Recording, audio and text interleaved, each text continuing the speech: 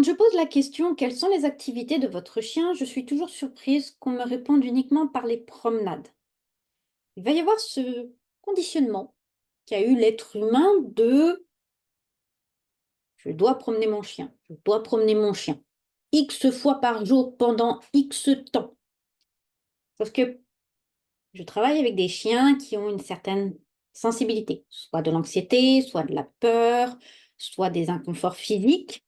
Ça peut être des handicaps aussi, un chien âgé. Et pour ces chiens, parfois, la balade peut être tout sauf un plaisir. Ça peut être un trop-plein d'énergie, ils ne vont pas y prendre goût, ils ne vont pas y prendre plaisir, ils vont y être démotivés. Ça peut être un environnement extérieur qui n'est pas adapté pour eux, trop de stimulation, pas assez. Cela peut être des voisins inappropriés pour eux, trop de chiens aux alentours. Soit ils sont frustrés de ne pas pouvoir aller échanger avec eux, soit ils se sentent agressés par leurs aboiements. Pour tous les humains, il n'est pas forcément possible d'emmener son chien plus loin dans un autre environnement à chaque fois. Activité, c'est pas toujours promenade.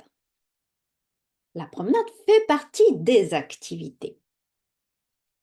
Mais quelles activités vous pouvez aussi offrir à votre chien? S'il devient âgé, tous les chiens ne peuvent pas être transportés dans une poussette ou un landau ou un chariot. Si il fait tellement chaud que les seuls moments de promenade peuvent être très tôt le matin ou très tard le soir.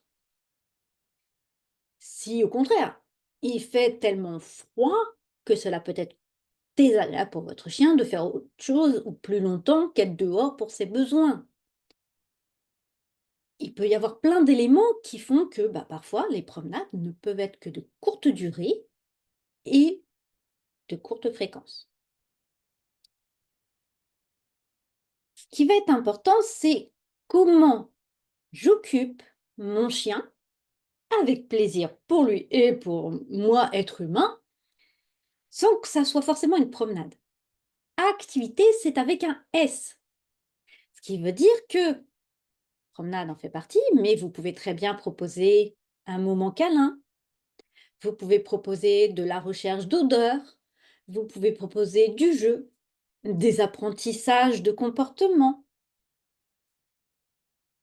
des tas et des tas de choses qu'il est possible de faire. Votre chien peut avoir besoin d'un quota d'activité, de stimulation physique et mentale, sans que ce soit forcément de la promenade.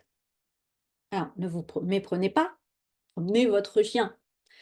Euh, qu'il soit en jardin ou pas en jardin, il est important qu'il puisse être promené, déjà pour faire ses besoins, mais aussi pour explorer le monde au-delà de chez lui. Quand ce n'est pas possible, il va falloir trouver d'autres possibilités pour l'occuper. Donc, il est important de se dire que oui, la promenade est importante pour votre chien, mais ce n'est pas la seule activité possible.